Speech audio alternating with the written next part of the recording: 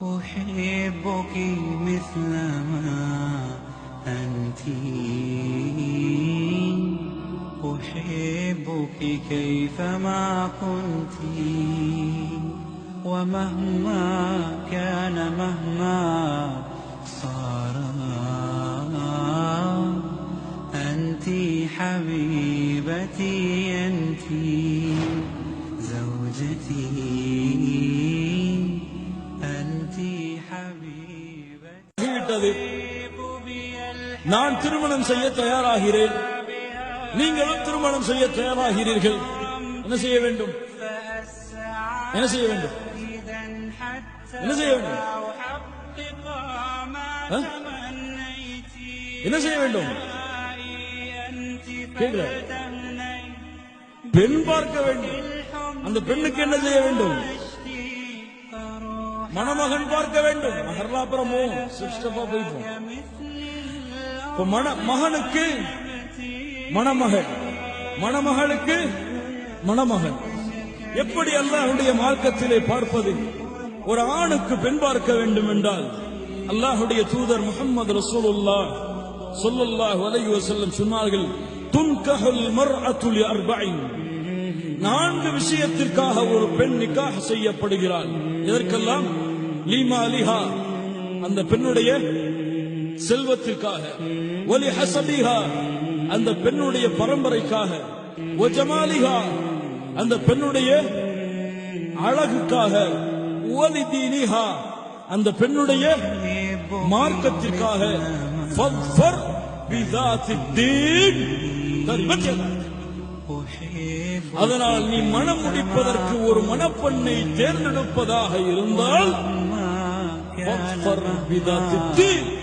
அழகுக்காக தேர்ந்தெடுக்கலாம், குடும்பத்திற்காக தேர்ந்தெடுக்கலாம், செல்வத்திற்காக தேர்ந்தெடுக்கலாம், மார்க்கத்திற்காக தேர்ந்தெடுக்கலாம். ஆனால் நீ முஸ்லிமாக மூமினாக இருந்தால் தேர்ந்தெடு, மார்க்கத்தை தேர்ந்தெடு. சரி பற்றியதா? அப்படி மார்க்கத்தை தேர்ந்தெடுக்கவில்லை என்றால் கரங்கள் மண்ணாகிவிடும். லா இலாஹ இல்லல்லாஹ், லா இலாஹ இல்லல்லாஹ். நீ மணப்பெண்ணை தேர்ந்தெடுப்பதாக இருந்தால் அந்த பெண்ணுடைய மார்க்கத்திற்காக மட்டும் தேர்ந்தெடு. அதோடு அழகு இருந்தால் அல்ஹம்துலில்லாஹ், அதனோடு செல்வம் இருந்தால் அல்ஹம்துலில்லாஹ், அதனோடு குடும்பம் இருந்தால் அல்ஹம்துலில்லாஹ், இதையெல்லாம் பார்க்கலாம். அதோடு மார்க்கம் இருந்தால் திருமணம் செய்வதற்கு ஏற்ற பெண். அழகு இருக்கிறது, குடும்பம் இருக்கிறது, செல்வம் இருக்கிறது, ஆனால் மார்க்கம் இல்லை என்றால் நீ தேர்ந்தெடுத்தால் உன் வாழ்க்கை அவ்வளவுதான், வாழ்க்கை அவ்வளவுதான். அல்லாஹ்வுடைய தூதர் முஹம்மது ரசூலுல்லாஹ் ஸல்லல்லாஹு அலைஹி வஸல்லம் அவர்கள் நமக்கு கூறிய அறிவுரை.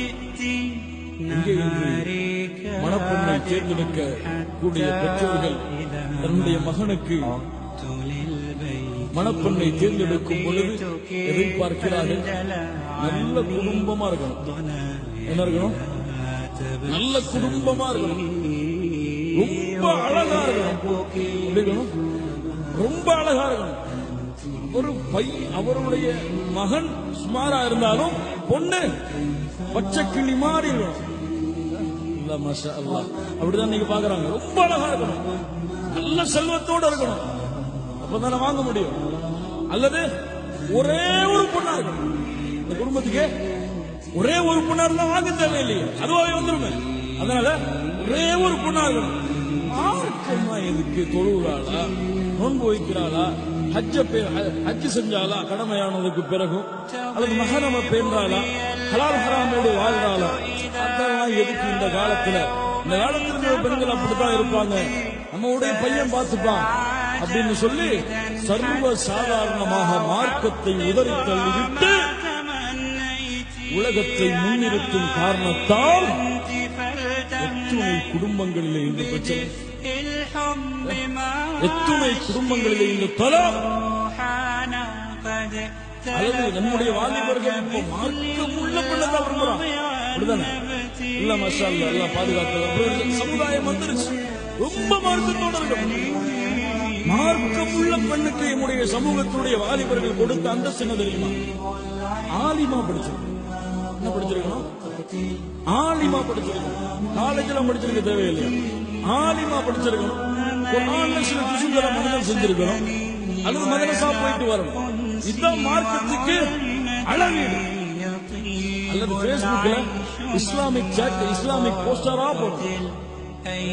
இன்னைக்கு என்னுடைய வாலிபர்கள் கொடுக்கக்கூடிய மேரேஜ் ரிக்வெஸ்ட் யாருக்கெல்லாம்? யாருக்கு? பேஸ்புக்ல எந்த பெண் அதிகமான இஸ்லாமிய போஸ்டரை ஷேர் செய்யறாளோ, அல்லது அவளாவே டைப் பண்ணாம காப்பி பண்ணி போடுறாளோ, அதுதான் அந்த பெண்ணுடைய ஈமானுக்கு அளவீடு. மாஷா அல்லாஹ், பாரக்கல்லாஹ். அது கீழே கமெண்ட பாத்தீங்கன்னா, இந்த மாதிரி ஒரு மூமினான பெண் இந்த உலகத்துல இருப்பாளா? அல்லாஹ்வுடைய அச்சத்தை பத்தி போடுறாளே. இதுவெல்லாம் அளவீடா? இதுவெல்லாம் அளவீடா? குர்ஆன் சுன்னாவை தன்னுடைய வாழ்க்கையில் செயல்படுத்தக்கூடிய பெண் யார்? ஹிஜாபை பேணக்கூடிய பெண் யார்? அல்லாஹ் கடமையாக்கிய தொழுகையை 5 முறை ஒரு வக்த கூட விடாம தொழக்கூடிய பெண் யார்? தேடு. ஹலால் ஹராமை பேணி மஹரமான உறவுகளிடத்திலே மஹரமை பேணக்கூடிய பெண் யார்? தேடு. குர்ஆன் சுன்னாவை இணைந்திருத்துவதை தன்னுடைய வாழ்க்கையின் நோக்கமாக கொண்ட பெண் யார்? தேடு. அது கிடைக்கும் வரை தேடு. கிடைத்ததற்கு பிறகு சரி செய்து கொள்ளலாம் என்று பாலாங்குழியிலே விழுந்து விடாது. கிடைத்ததற்கு பிறகு சரி செய்து கொள்ளலாம் என்று பாலாங்குழியிலே விழுந்து விடாதே.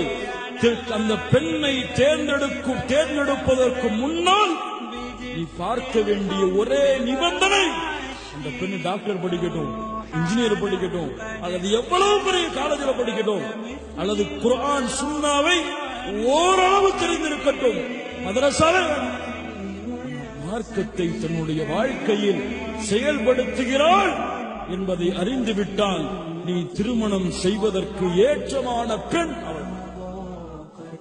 அதுக்கு நீ முதல்ல மார்க்கத்தை 5 வக்து தொழுகிற பெண்ணா வேணும்.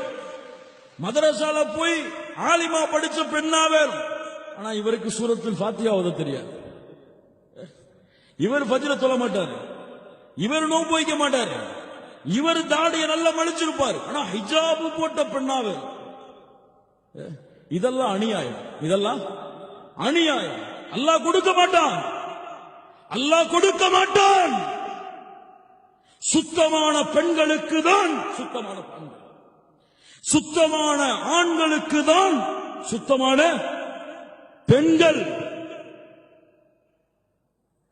பாவத்தோடு இருக்கக்கூடிய ஆணாக இருந்து என் மனைவி சுத்தமாக கிடைக்க வேண்டும் என்றால் இஸ்லாமிய மார்க்கத்திலே அனுமதி கிடையாது.